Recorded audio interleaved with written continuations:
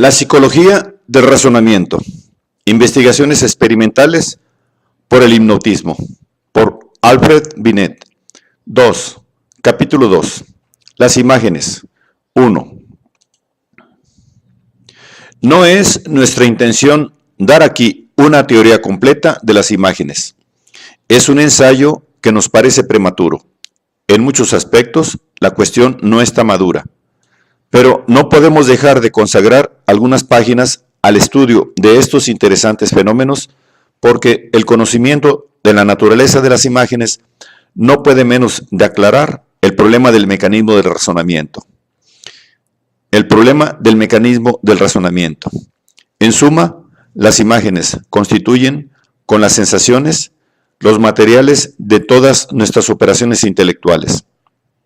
La memoria, el razonamiento, la imaginación, son actos que consisten, en último resultado, en agrupar y coordinar imágenes, en enterarse de sus relaciones y formadas y en reunirlas en relaciones nuevas.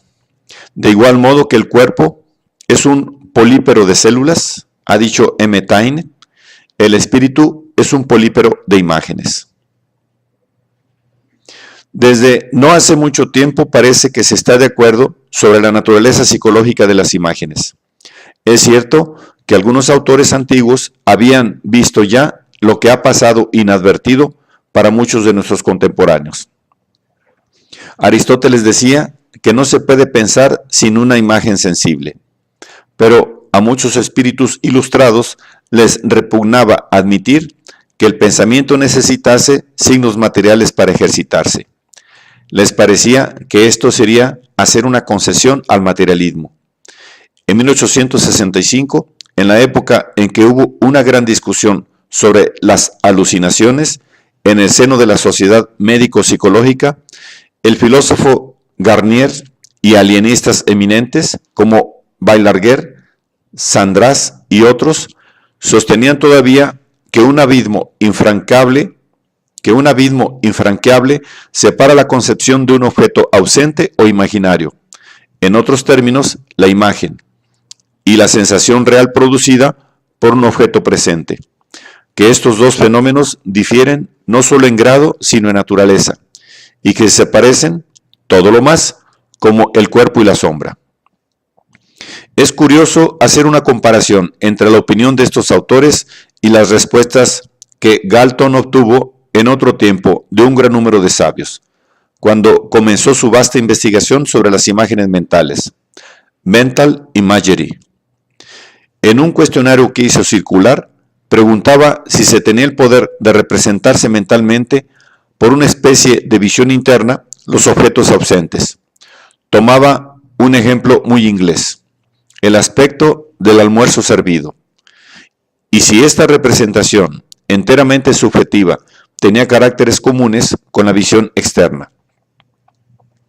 Al paso que las personas poco instruidas y las mujeres le suministraron respuestas muy interesantes sobre la naturaleza de la visión mental, los sabios a quienes se dirigió se negaron a creer en esta facultad, que les parecía una simple figura de lenguaje.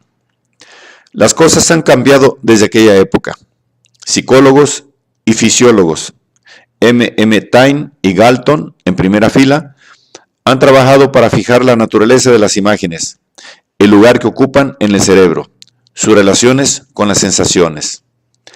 Han demostrado que cada imagen es una sensación que renace espontáneamente, en general más sencilla y más débil que la impresión primitiva, pero capaz de adquirir, en condiciones dadas, una intensidad tan grande que se cree continuar viendo el objeto exterior. En las obras especiales se encontrará la demostración completa de estas verdades, que en nuestros días han concluido por hacerse vulgares. Ya no sirven más que para objeto de los tratados psicológicos de segundo orden. Notemos de paso que esta teoría de la imagen no tiene nada de materialista. Compara la imagen con la sensación y hace de ella una sensación conservada y reproducida. Ahora, ¿qué es la sensación? No es un hecho material, es un estado de conciencia, como una emoción o un deseo. Si nos inclinamos a ver en la sensación un hecho material, es porque tiene un correlativo fisiológico muy aparente. La excitación producida por el objeto exterior en el órgano de los sentidos y transmitida al cerebro. Pero se sabe que todos los fenómenos del espíritu van acompañados de un fenómeno fisiológico. Esta es la ley. Desde este punto de vista, la sensación y la imagen no difieren de los demás estados de conciencia. El desarrollo de las imágenes es muy variable. Varía, según Galton, con las razas. Los franceses, dice, parecen poseer este don, como lo prueba su talento para organizar las ceremonias y las fiestas, su aptitud para la estrategia y la claridad de su lenguaje. Figures beaux es una expresión que se repite con frecuencia en francés. La edad y el sexo parecen ser de igual importancia. El poder de visualizar está más desarrollado en los niños que en los adultos, en las mujeres que en los hombres. Probablemente hay niños, dice Galton, que pasan años enteros de dificultades para distinguir el mundo objetivo del mundo subjetivo, es decir, las sensaciones de las imágenes. Pero importa, ante todo, distinguir las diferentes especies de imágenes, que son tan numerosas como las diferentes especies de sensaciones. Cada sentido tiene sus imágenes. Las hay, por consiguiente, visuales, auditivas, táctiles, motoras, etc. Cuando ejercemos nuestra memoria sobre un objeto, podemos emplear acumuladamente todas estas clases de imágenes, o no recurrir más que a una especie. Cada persona tiene sus hábitos, que se derivan de la naturaleza de su organismo. Hay, pues, que distinguir muchas variedades de individuos, muchos tipos. La experiencia vulgar ha hecho desde hace mucho tiempo esta distinción en lo que se refiere a la memoria. Se ha reconocido que en el hombre mismo hay con frecuencia una desigualdad natural entre las diversas formas de la memoria. Una persona se acuerda sobre todo de los sonidos, otra de los colores, una tercera de las cifras y de las fechas, etc. La patología ha confirmado la independencia de estas memorias parciales, mostrando que pueden desaparecer algunas dejando intactas a las otras. Así es como un hombre puede perder solo la memoria de las palabras u olvidar una sola lengua, o verse privado solamente de su memoria musical, etc. M. Ribot ha hecho un estudio muy completo de las amnesias parciales. Así, estamos ya preparados para el estudio de los tipos sensoriales. Hay que comprender que esta desigualdad de las clases de memoria obedece a una causa más general, a la desigualdad de las clases de imágenes. Que los individuos que tienen buena memoria visual, por ejemplo, son aquellos en que predominan las imágenes visuales, y que, por consiguiente, no es solo la memoria visual la que sobresale en ellos, sino también el razonamiento individual, la imaginación visual, etcétera, etcétera. Se les puede llamar visuales. De aquí muchos tipos, caracterizados por el predominio de un orden de imágenes en los hábitos del espíritu. Uno de los tipos más comunes es, sin disputa, el tipo indiferente. Las personas que forman parte de él no tienen ninguna clase de imágenes más desarrollada que las demás. Cuando tratan de recordar a un individuo, ven en su espíritu la forma y el color de su cara con tanta claridad como oyen el sonido de su voz. La memoria visual es igual a la memoria auditiva. Estas dos memorias pueden, por otra parte, estar muy desarrolladas o haber quedado en estado rudimentario. Pero en todo caso tienen el mismo valor. El indiferente emplea también, en proporción igual, las diversas clases de imágenes en sus razonamientos, en sus imaginaciones, en sus sueños. Este tipo es quizá el más frecuente. Es el tipo normal, al que hay que tratar de aproximarse, porque supone un desarrollo armonioso de todas las funciones sensoriales. Al lado del tipo indiferente, hay que poner al tipo visual, que es también muy común. Un gran número de personas usan casi exclusivamente imágenes visuales. Por ejemplo, si piensan en un amigo, ven su cara y no oyen su voz. Cuando tratan de aprenderse de memoria una página de un libro, se graban en la memoria la imagen visual de la página con sus caracteres, y al recitarla de memoria, tienen ante los ojos de su espíritu esta imagen y la leen. Cuando recuerdan un aire musical, ven claramente, por el mismo procedimiento, las notas de la partitura. Pero no solo su memoria es visual, lo son todas las demás facultades. Cuando razonan o hacen obrar a la imaginación, se sirven únicamente de imágenes visuales. El desarrollo exclusivo del espíritu, en un solo sentido, permite al visual llevar a cabo operaciones que son tours de force. Hay jugadores que con los ojos cerrados y con la cabeza vuelta hacia la pared siguen una partida de ajedrez. Claro es, dice M. Taine, que a cada jugada se les presenta como en un espejo interior la figura entera del tablero con el orden de las diversas piezas, sin la cual no podrían prever las consecuencias de la jugada que acaban de hacerles o de la que van a hacer. Dos amigos que tenían esta facultad jugaban con frecuencia partidas de ajedrez mentales paseándose por los muelles y por las calles. Galton nos dice que una persona conocida suya tiene el hábito de calcular con una regla de cálculo imaginaria de la que lee mentalmente la parte que necesita para cada una de sus operaciones. Muchos oradores tienen su manuscrito colocado mentalmente ante los ojos cuando hablan en público. Un hombre de Estado aseguraba que sus dificultades de palabra en la tribuna provenían de que le perturbaba la imagen de su manuscrito con tachados y correcciones. Algunos pintores, dibujantes, escultores, después de haber considerado atentamente un modelo, pueden hacer su retrato de memoria. Horacio Vernet y Gustave Doré poseían esta facultad.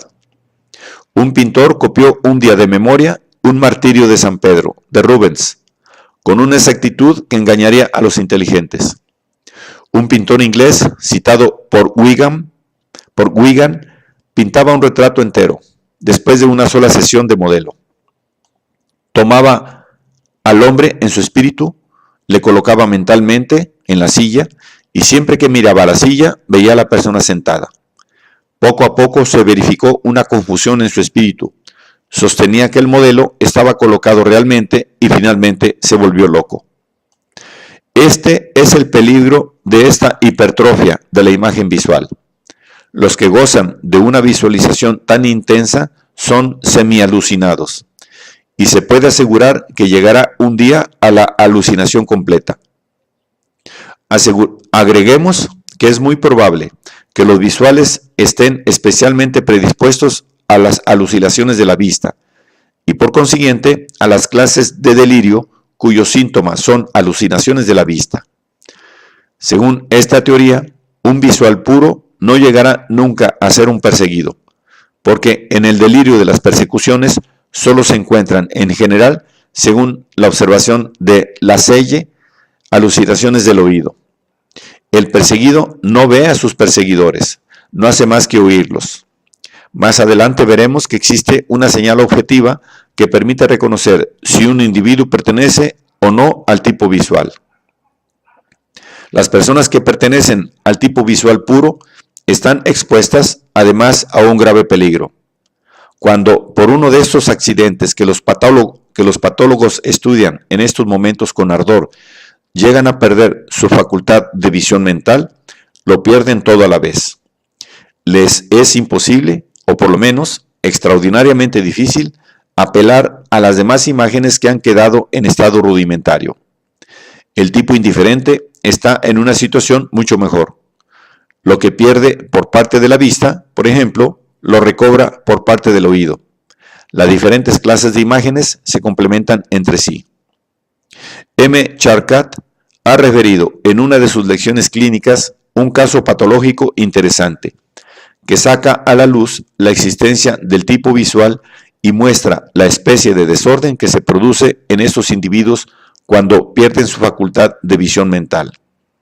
A continuación, reproducimos, abreviándola un poco, la observación publicada por M. Bernard. en Progress Medical, 21 de julio de 1883. MX, negociante de A, es natural de Viena, muy instruido, conoce perfectamente el alemán, el español, el francés y también el latín y el griego clásico.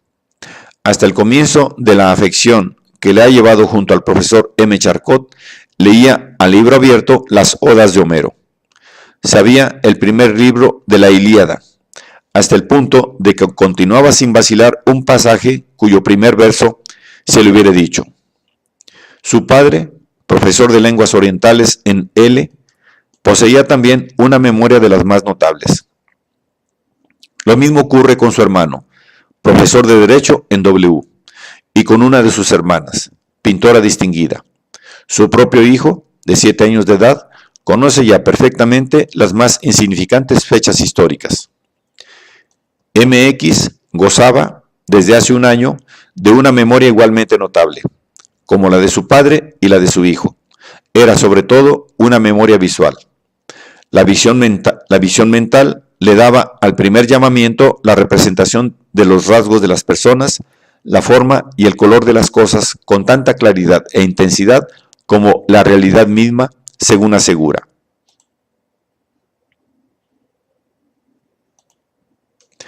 Si buscaba un hecho o unas cifras citadas en su correspondencia, voluminosa y escrita en varias lenguas, los encontraba enseguida en las cartas mismas, que se le aparecían en su contenido exacto con los menores detalles, irregularidades y correcciones de su redacción.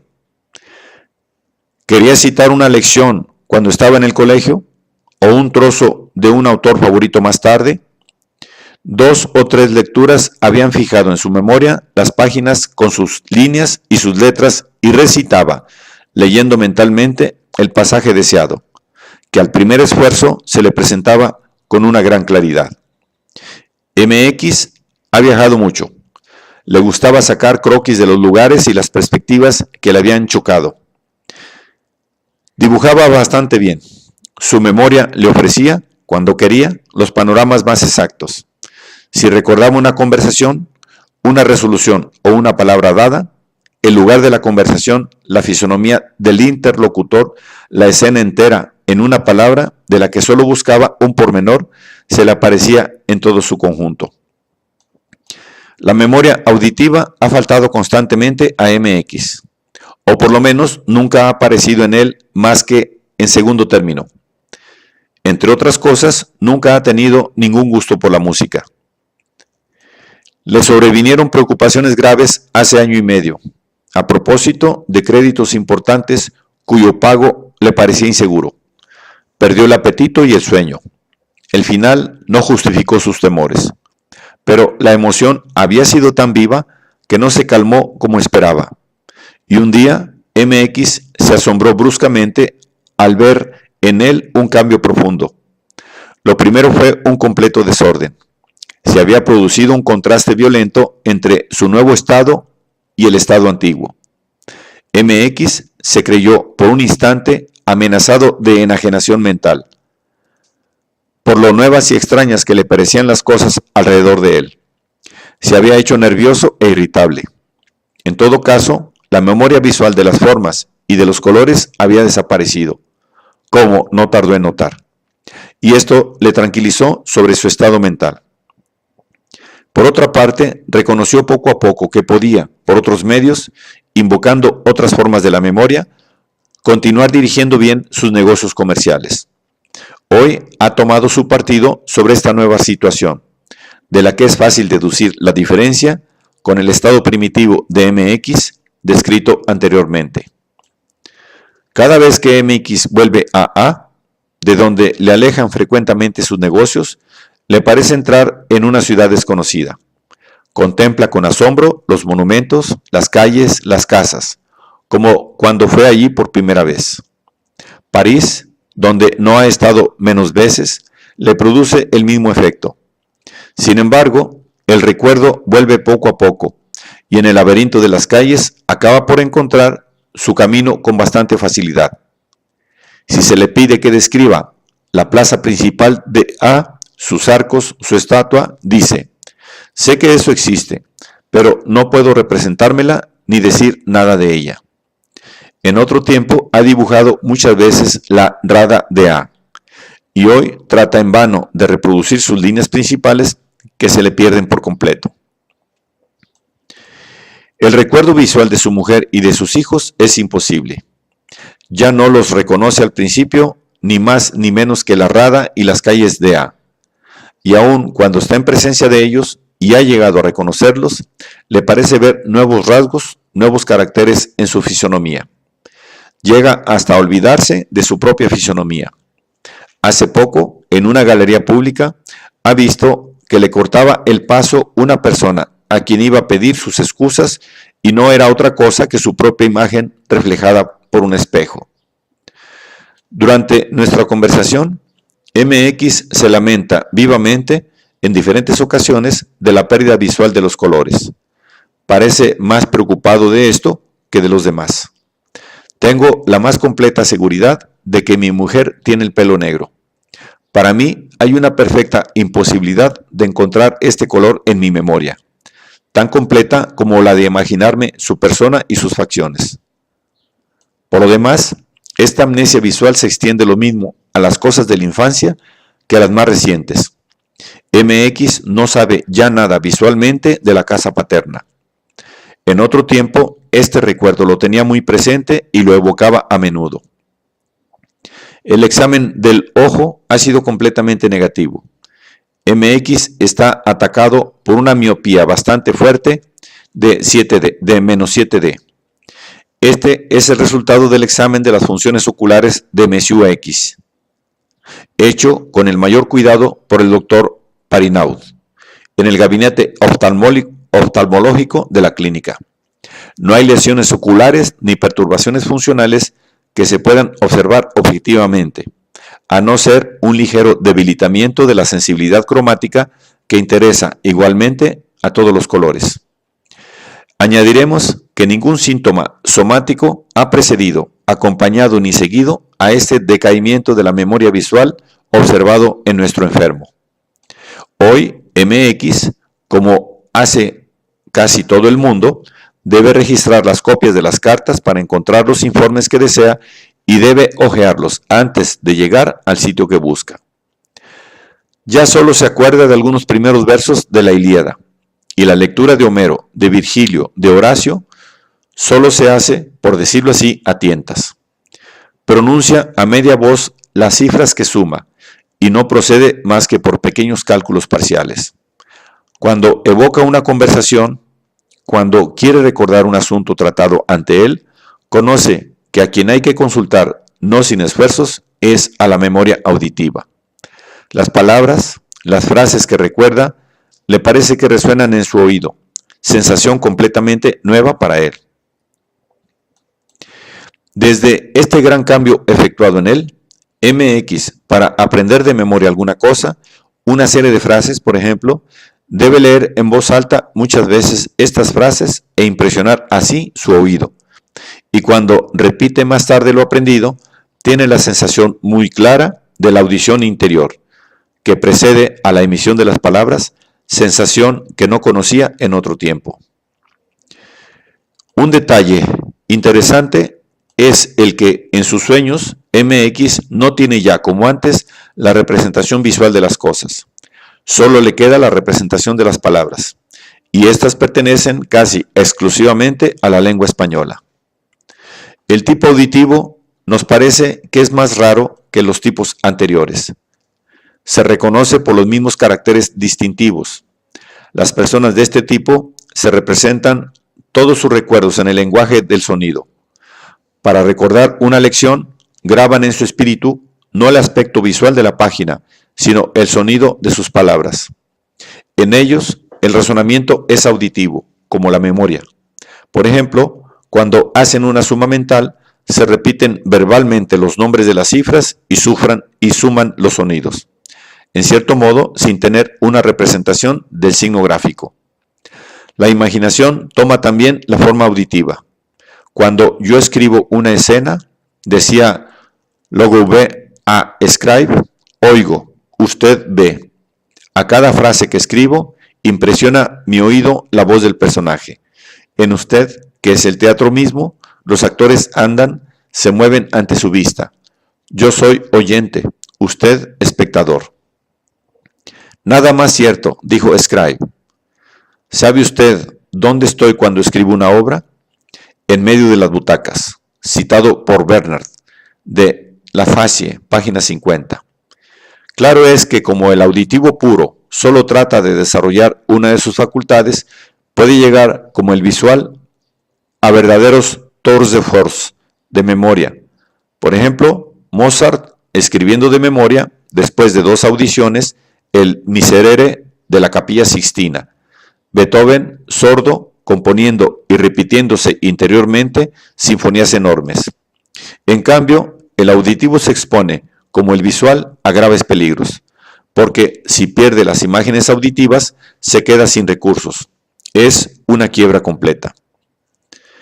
Es posible que los alucinados del oído y los individuos atacados del delirio de la persecución pertenezcan al tipo auditivo y que el predominio de una orden de imágenes cree una predisposición a un orden correspondiente de alucinaciones y quizá también de delirio. Nos queda que hablar del tipo motor, que es quizá el más interesante de todos y que es, con mucho, el menos conocido. Las personas que pertenecen a este grupo, los motores, como se dice, usan para la memoria el razonamiento y todas las demás operaciones intelectuales, las imágenes que se derivan del movimiento. Para comprender bien este punto importante, bastará recordar que todas nuestras percepciones, y en particular las importantes, las de la vista y el tacto, contienen como elementos integrantes movimientos del ojo y de los miembros, y que si el movimiento es un elemento esencial cuando vemos realmente un objeto, debe representar el mismo papel cuando vemos el objeto idealmente. Por ejemplo, la impresión completa de una bola que está en nuestra mano es la resultante de impresiones ópticas de la vista, del tacto, de adaptaciones musculares del ojo, de movimientos de los dedos y de las sensaciones musculares que resultan de ellos. Cuando pensamos en la bola, esta idea debe comprender las imágenes de estas sensaciones musculares, como comprende las imágenes de las sensaciones de la vista y del tacto. Esta es la imagen motora. Si no se ha reconocido antes su existencia, es porque el conocimiento del sentido muscular es relativamente moderno. No se trataba absolutamente nada de él en la psicología antigua, en que estaba reducido a 5 el número de los sentidos. Hay personas que se acuerdan mejor de un dibujo cuando han seguido sus contornos con el dedo. Lecoq de Bois-Baudran se servía de este medio en su enseñanza artística para acostumbrar a sus alumnos a dibujar de memoria. Les hacía seguir los contornos de las figuras con un lápiz en la mano a cierta distancia, obligándolos así a asociar la memoria muscular a la memoria visual. Galton refiere un hecho curioso que confirma esto. El coronel Montcalf, dice, ha observado con frecuencia en América del Norte a jóvenes indios que, al visitar por casualidad sus barrios, se interesaban mucho por los grabados que se les enseñaban. Uno de ellos siguió con cuidado el contorno de un dibujo del Illustrated News con ayuda de su cuchillo, diciendo que, de esta manera, sabría recortarlo mejor al volver a su casa. En este caso, la imagen motora de los movimientos estaba destinada a reforzar la imagen visual. Aquel salvaje era un motor. ¿No se debería generalizar este procedimiento y aplicarlo a la educación? Es probable que el niño aprendiese mucho más pronto a leer y a escribir si se le ejercitaba en trazar los caracteres al mismo tiempo que a deletrearlos. Es un prejuicio creer que no se puede hacer bien 2 cosas a la vez, haciendo que vayan juntas la lectura y la escritura. Se obligaría a las 2 memorias, visual y motora, a asociarse y ayudarse como 2 caballos enganchados al mismo coche. La imagen motora entra como elemento esencial en un gran número de combinaciones mentales. aunque a menudo no se nota su presencia. La memoria de un movimiento tiene por base imágenes motoras. Cuando se destruyen estas imágenes, se pierde el recuerdo del movimiento. Y en ciertos casos, lo más curioso es que se pierde la aptitud para ejecutarlo. La patología nos da muchos ejemplos de ello en la afasia motora, en la agrafía, etc. Tomemos el caso de la agrafía. Un hombre instruido que sabe escribir pierde de repente, bruscamente, a consecuencia de accidentes cerebrales, la facultad de escribir. Su brazo y su mano no están absolutamente nada paralizados y sin embargo no puede escribir. ¿De qué proviene esta impotencia? Él mismo lo dice, de que ya no sabe. Ha olvidado cómo hay que hacer para trazar las letras. Ha perdido la memoria de los movimientos que hay que ejecutar. Ya no tiene las imágenes motoras que dirigían su mano cuando se ponía a escribir en otro tiempo. Gracias al hipnotismo, se pueden variar los ejemplos de estas parálisis sistemáticas que no atacan más que a una clase particular de movimiento, dejando intactos a los demás y al brazo completamente libre. Así es como se puede hacer perder a un hipnótico, por su gestión, la facultad de ejecutar un acto determinado, como fumar, coser, bordar, hacer mordisquetas, etc. A menudo hemos insistido sobre las ventajas que ofrece el hipnotismo desde este punto de vista, para el estudio de la mayor parte de las perturbaciones motoras y sensitivas. Otros enfermos, atacados de ceguera verbal, hacen uso precisamente de estas imágenes motoras para suplir lo que les falta por otro lado. Si acumulamos todos estos ejemplos, es porque el asunto es relativamente nuevo. Se nos agradecerá el haber reunido algunos hechos que están esparcidos por todos lados y el tratar de hacer su síntesis. Un individuo atacado de ceguera verbal no puede ya leer los caracteres que se le ponen ante los ojos, aunque la visión esté intacta, o baste para permitir la lectura. Esta pérdida de la facultad de leer es a veces la única perturbación que existe en ciertos momentos. El enfermo, así mutilado, puede, sin embargo, llegar a leer, pero indirectamente, por medio de un rodeo ingenioso que con frecuencia encuentra él mismo. Basta que dibuje los caracteres con el dedo para que llegue a comprender su sentido. ¿Qué se verifica en estas circunstancias? ¿Por qué mecanismo se puede establecer un complemento entre la vista y la mano? La clave del problema nos la da la imagen motora. Si el enfermo puede leer, en cierto modo, con los dedos, es porque al escribir los caracteres se suministra cierto número de impresiones musculares que son las de la escritura. Para decirlo de una vez, el enfermo lee escribiendo. Charcot. Ahora, la imagen motora gráfica sugiere el sentido de los caracteres escritos por el mismo motivo que la imagen visual. Acabamos de ver el lugar que ocupa la imagen motora en el orden de la vista y en el del movimiento. Su importancia no es menor en el orden del oído. Hay personas para quien la representación de un sonido en el espíritu es siempre una imagen motora de articulación. M. Stricker es de estos. Él mismo es el que primero ha hecho conocer las particularidades de este asunto. He aquí las principales pruebas de que se ha servido. Cuando formo la imagen de la letra P, dice, se produce en mis labios la misma sensación que si fuese realmente a articularla. Si pienso en la letra R, experimento en la base de la lengua la misma sensación que si quisiera emitir formalmente esta consonante. Esta sensación, en mi opinión, constituye la esencia de la imagen del sonido.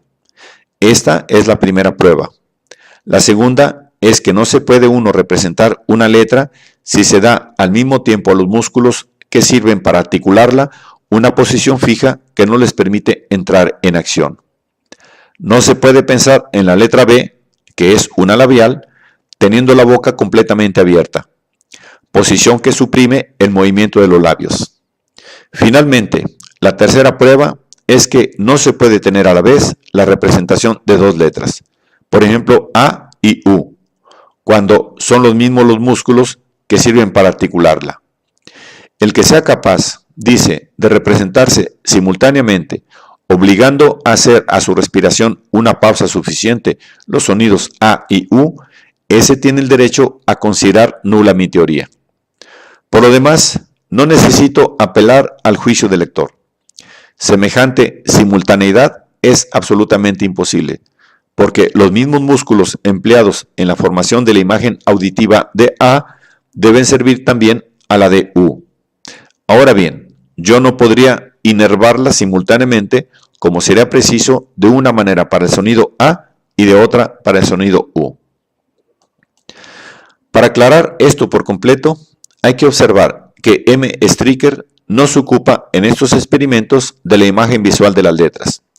Es evidente, por ejemplo, que se puede uno representar gráficamente la letra B con la boca abierta, pero no es esta la cuestión. Por representación de la letra, M. Stricker ha querido decir solo la representación auditiva, la que constituye la palabra interior. Este autor sostiene que lo que se toma por imagen auditiva, es decir, por una repetición debilitada del sonido que se oye cuando una persona pronuncia una letra dada, no tiene nada que ver con el sentido de la audición. Es una imagen motora, un comienzo de articulación que se detiene antes de llegar al término. El trabajo de M. Stricker ha promovido las objeciones de M. Paulhan, que niega absolutamente los hechos expuestos. M. Paulhan ha realizado todos los experimentum crucis planteados por M. Stricker y consigna que puede hacer un gran número de los actos que M. Stricker declara imposibles. Encuentro, dice, que puedo, pronunciando en voz alta la letra A, representarme mentalmente la serie de las vocales y aún imaginar una frase entera. De aquí deduzco que, si en estas condiciones, es decir, estando inervados los músculos que sirven para pronunciar la A, no puede producirse la imagen motora de las otras vocales. Deduzco, repito, que la imagen de las otras vocales no es una imagen motora, por lo menos para mí y para los que sienten como yo. ¿Qué prueba esta disidencia? Sencillamente que los dos observadores tienen imágenes diferentes y pertenecen a tipos diversos. Seguramente que M. Stricker es un motor. Lo es hasta el punto de que ni siquiera concibe que los demás puedan estar constituidos de otro modo. Gracias a la exageración, a la enormidad que el fenómeno presenta en él, ha descubierto un hecho en que nadie se había fijado. Pero como se tienen siempre los defectos de las buenas cualidades, M. Stricker desconoce completamente el papel de la vista y del oído en el recuerdo de las palabras y atribuye todo a la imagen motora. Llega hasta hacer esta observación asombrosa. Todavía no ha encontrado a nadie que se haya representado el contenido de un artículo de periódico con los caracteres impresos que le acompañan.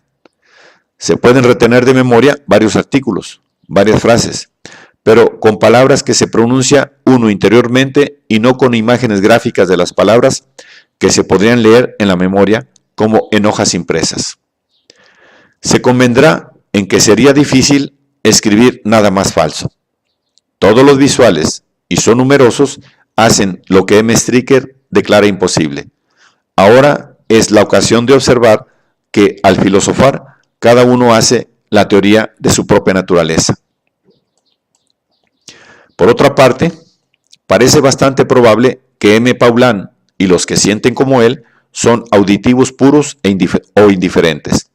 Esta es la solución muy sencilla que conviene dar a este pequeño debate.